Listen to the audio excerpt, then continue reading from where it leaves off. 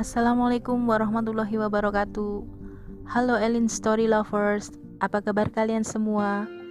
Semoga selalu dalam keadaan sehat, dimudahkan segala urusannya dan dilancarkan rezekinya, serta dijauhkan dari segala musibah, bencana, dan mara bahaya yang ada di dunia ini. Sebelum kita lanjut ke dalam story, jangan lupa subscribe, like, komen, dan share. Dan aktifkan tombol loncengnya agar kalian tidak ketinggalan dengan story-story yang terbaru. Selidik punya selidik, ternyata saat itu adalah malam 1 Suro. Dan menurut mata batin suamiku, ada sosok di pojok kamar. Sosok itulah yang mengawasi anak kami sepanjang malam. Open Diary.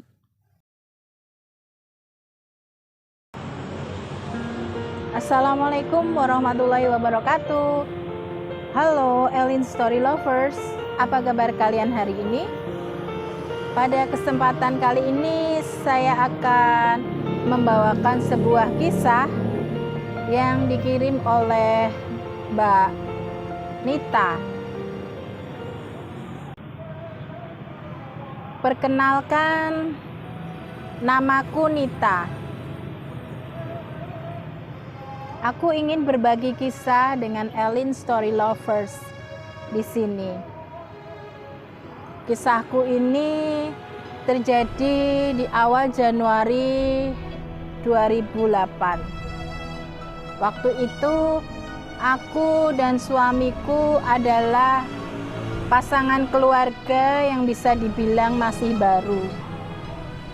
Kami menikah di akhir tahun 2006. Kami baru memiliki seorang anak perempuan, anak pertama kami yang saat itu masih berusia sekitar 4 bulan.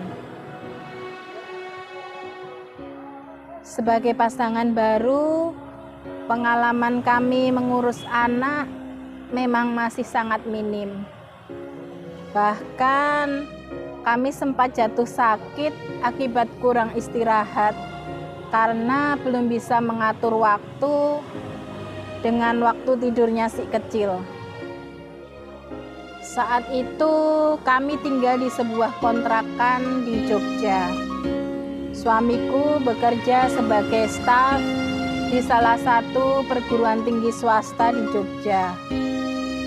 Kami memang sengaja mencoba hidup mandiri dan tidak tinggal dengan orang tua.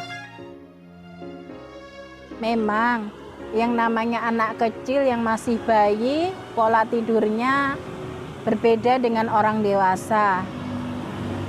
Mereka biasanya akan lebih banyak tidur di siang hari dan aktif di malam hari. Sehingga kita sebagai orang tua harus pandai menyesuaikan waktu dengan mereka. Jika mereka pas tidur, ada baiknya kita juga istirahat meski hanya sebentar. Meskipun malam sering terjaga, namun anak kami biasanya jam 8 atau jam 9 malam juga sudah akan tidur kalau sudah capek dan kenyang. Namun entah mengapa malam itu kondisinya berbeda dengan malam-malam sebelumnya. Sudah hampir jam 9 malam, anak kami tidak mau tidur. Malah rewel, nangis terus dan tidak mau diam. Sudah dikasih ASI masih juga rewel. Kami cek diapersnya juga masih kering. Bahkan kami cek badannya mungkin ada semut atau serangga yang lain, tapi juga tidak ada. Meski sudah digendong, masih tetap saja menangis. Kami pun sebagai orang tua juga bingung.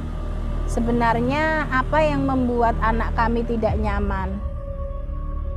Selidik punya selidik, ternyata saat itu adalah malam 1 Suro. Dan menurut mata batin suamiku, ada sosok di pojok kamar. Sosok itulah yang mengawasi anak kami sepanjang malam. Sosok itu seperti perempuan yang mengenakan kain warna putih yang sudah sangat lusuh. Rambutnya panjang terurai. Matanya berwarna merah kehitaman. Dan kuku-kuku jari tangan yang panjang dan hitam. Kami hanya berdoa semampu yang kami bisa.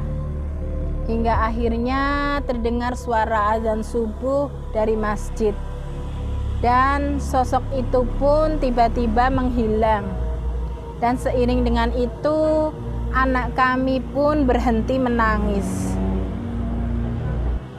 Meskipun sekarang zaman modern, namun hal-hal mistis masih ada di sekitar kita. Karena mereka juga makhluk ciptaan Allah Subhanahu wa Ta'ala. Dan anak kecil dengan usia di bawah 5 tahun konon memang masih sensitif dengan hal-hal gaib seperti itu.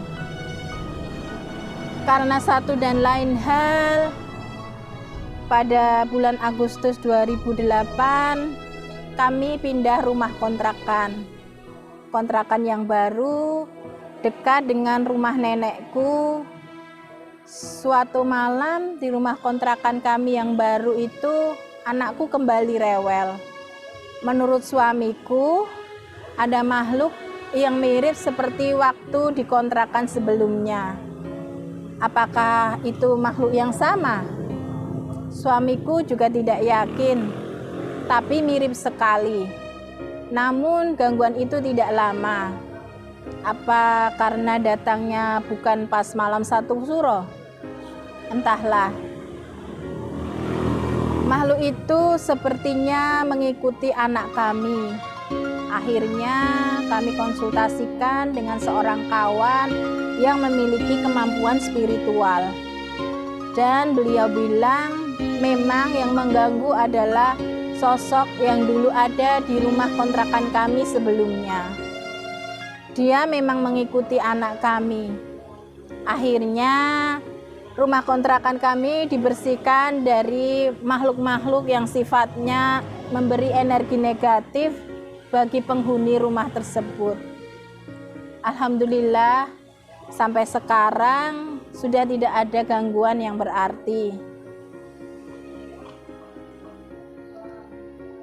Nah, itulah pengalaman kami yang sulit kami lupakan, di mana kami harus begadang semalam suntuk karena anak kami rewel dan menangis sepanjang malam.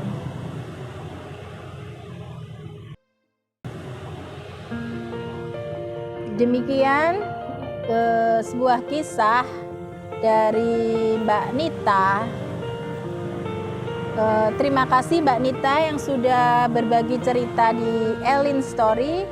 Dan untuk kalian yang mempunyai kisah serupa dengan Mbak Nita atau mempunyai pengalaman hidup yang tidak bisa kalian lupakan sepanjang hidup kalian, silahkan kalian kirim ke email di elins.story@gmail.com.